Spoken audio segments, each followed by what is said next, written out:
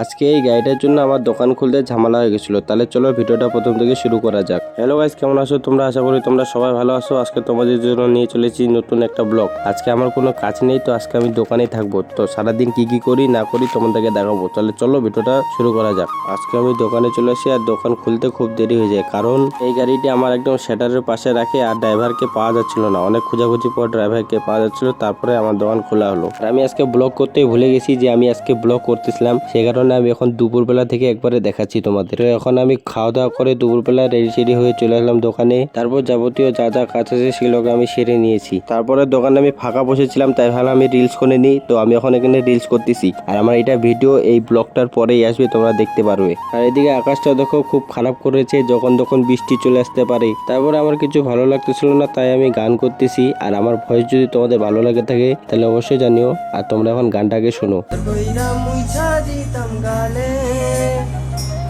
ঘাটে আইসা পাশে বৈশা জড়াই ধরে বুকে বলবো আমি এই কথা কেমনে। আমি যেন কোনোদিনও সিগারেট না ছুঁ, করতা তুমি করতা শাসন লাগতো রে ভালোই।